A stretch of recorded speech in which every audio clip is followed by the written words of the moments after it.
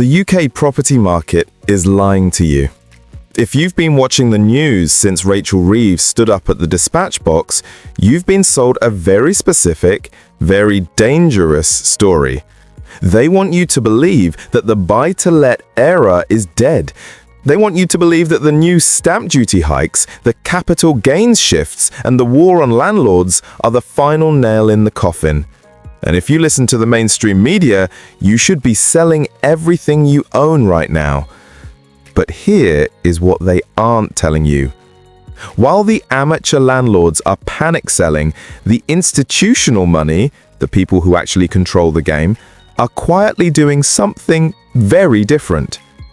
Right now, a quiet shift is happening in the UK housing market that could make or break your financial future. Has Rachel Reeves just broken the property market, or has she just rigged it for the people who know how to read the fine print? By the end of this video, you are going to understand the mathematical reality of the UK housing market in a way the BBC will never explain. We are going to look at the data, the psychological trap being set for you, and the specific strategies that will separate the victims from the victors in the next 24 months. The market isn't breaking, it's resetting. And you're about to find out which side of the reset you're on. October 30th, the autumn budget. It was billed as the moment Labour would fix the foundations, but for anyone holding property or aspiring to buy it, it felt more like a demolition job. Let's cut through the political noise and look at the cold, hard numbers, because this is where the story actually begins. The headline grabber was immediate. The stamp duty land tax surcharge on second homes rose from 3% to 5% overnight. That doesn't sound like much, does it? 2%. It sounds like a rounding error. But let's play that out in the real world. On a typical £300,000 investment property, your entry cost just jumped by £6,000. That is £6,000 of post-tax capital that simply evaporates before you've even painted a wall. That is money you cannot leverage, money that earns you zero return. And that's just the entry fee. We haven't even talked about the exit yet. Capital gains tax changes created a frenzy of speculation before the budget even dropped. While residential property rates were largely held, the alignment of other assets has shifted the liquidity landscape. But the real poison, it's not the tax rate, it's the uncertainty.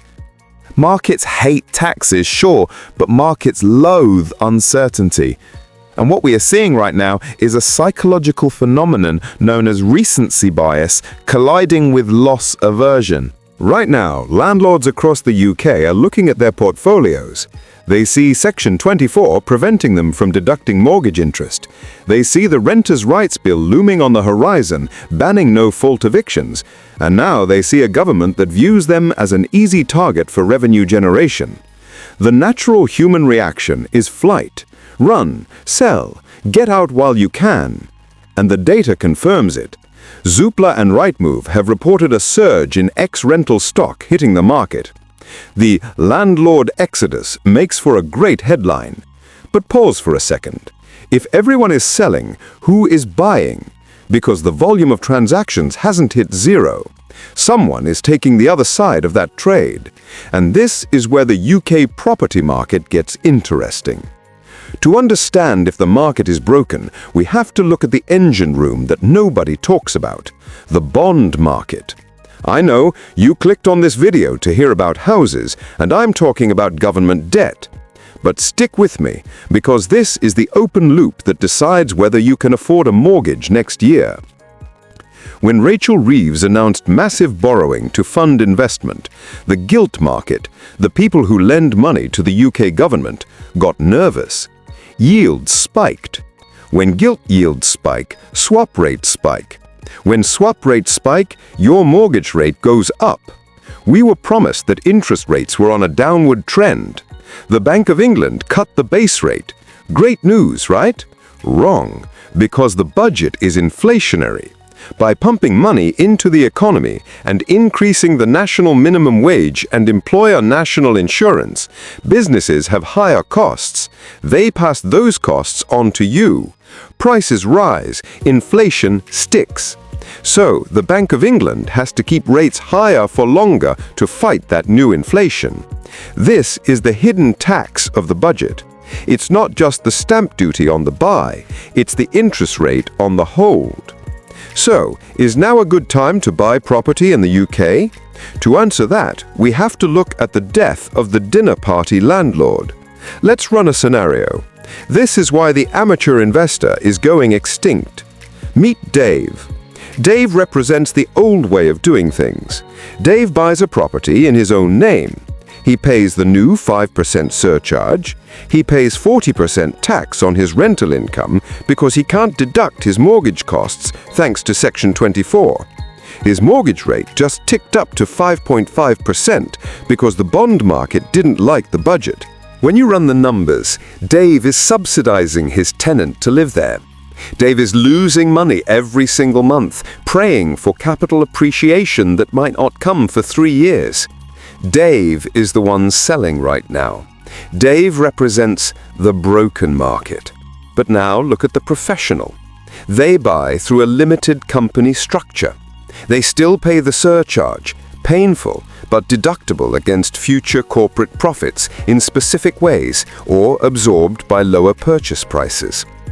They deduct 100% of their mortgage interest. They pay corporation tax at 19% or 25%, not income tax at 40% or 45%. But most importantly, they aren't buying Dave's house at market value. They are buying Dave's house at a discount because Dave has to sell. This is the shift. The asset class isn't broken, the ownership model is broken.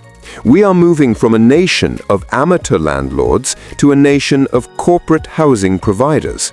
And this creates a supply crunch paradox that most people are completely missing.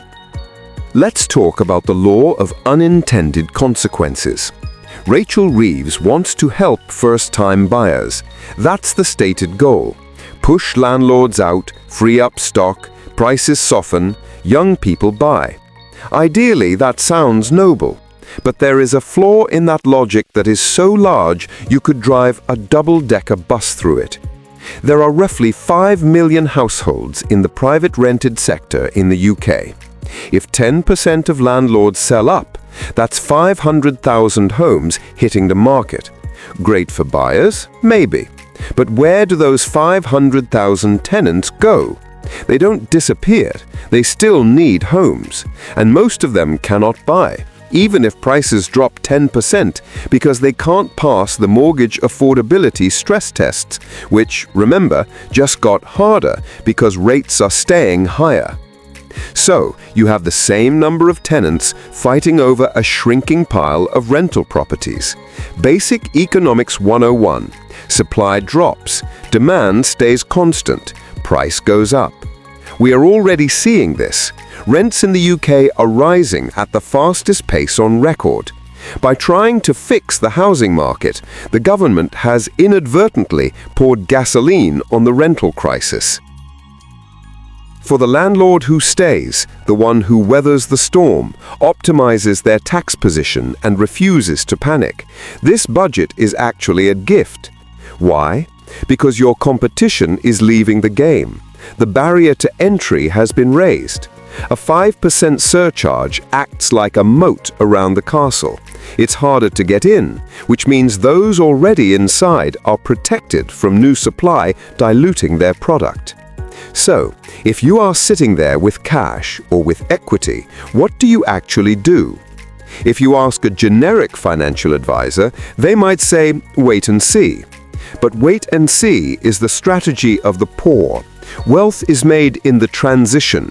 Wealth is made when the rules change and you adapt faster than the herd. Here is the playbook for the post-budget market. Strategy 1 is the corporate pivot.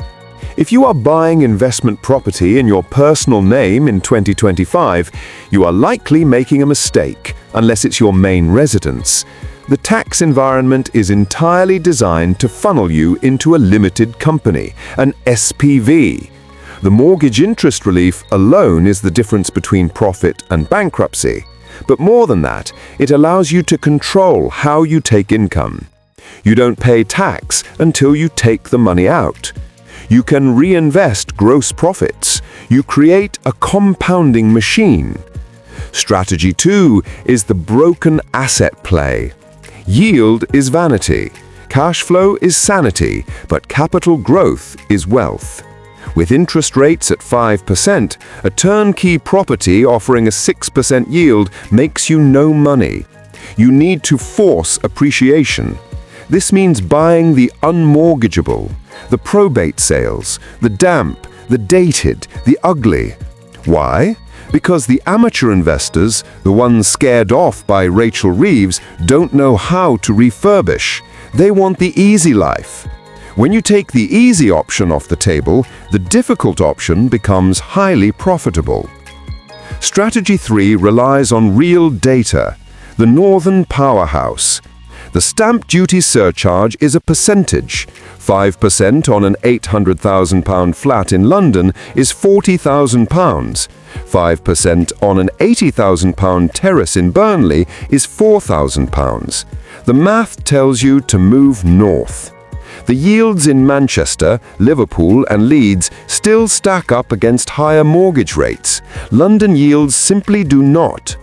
The budget has accelerated the north-south divide in investment viability. There is also a massive loophole that hardly anyone talks about: mixed-use property, shops with flats above, commercial units. These don't attract the residential stamp duty surcharge in the same way. The tax rules are different. The yields are often higher. While everyone fights over 3-bed semis, the smart money is looking at commercial to residential conversions. Now let's talk about the C word, crash. Are we looking at a UK housing crash?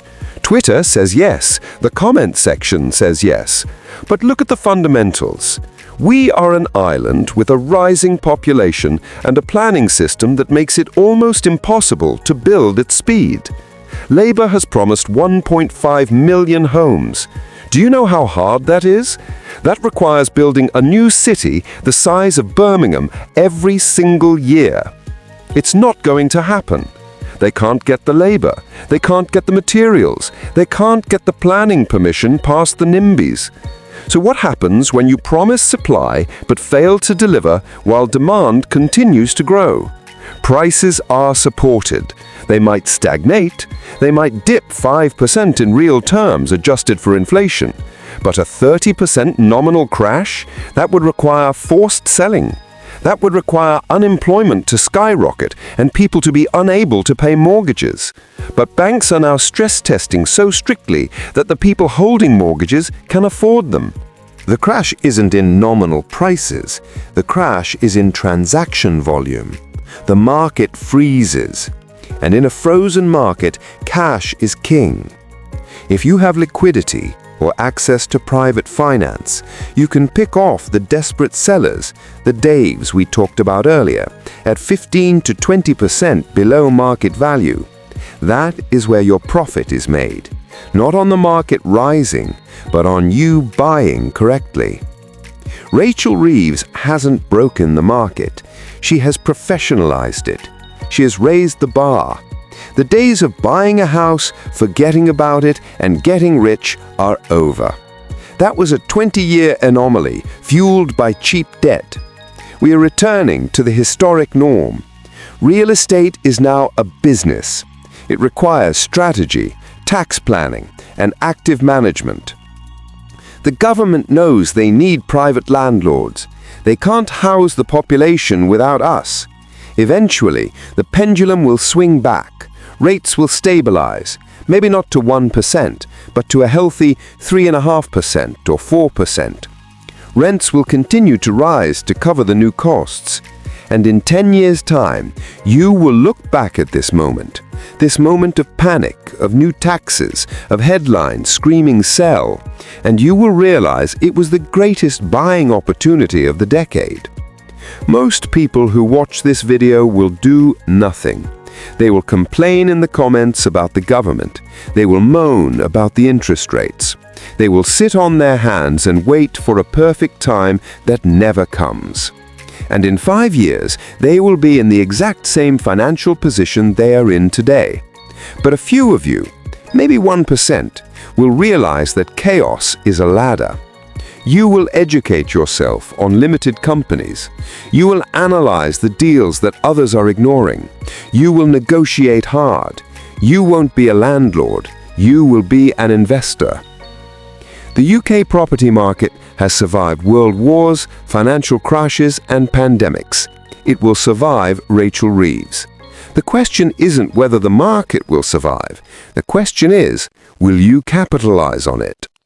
If you want to understand exactly how to structure that limited company I mentioned, or how to analyze a deal in this new high-rate environment, make sure you subscribe, because we are going deeper into the strategy in the next video.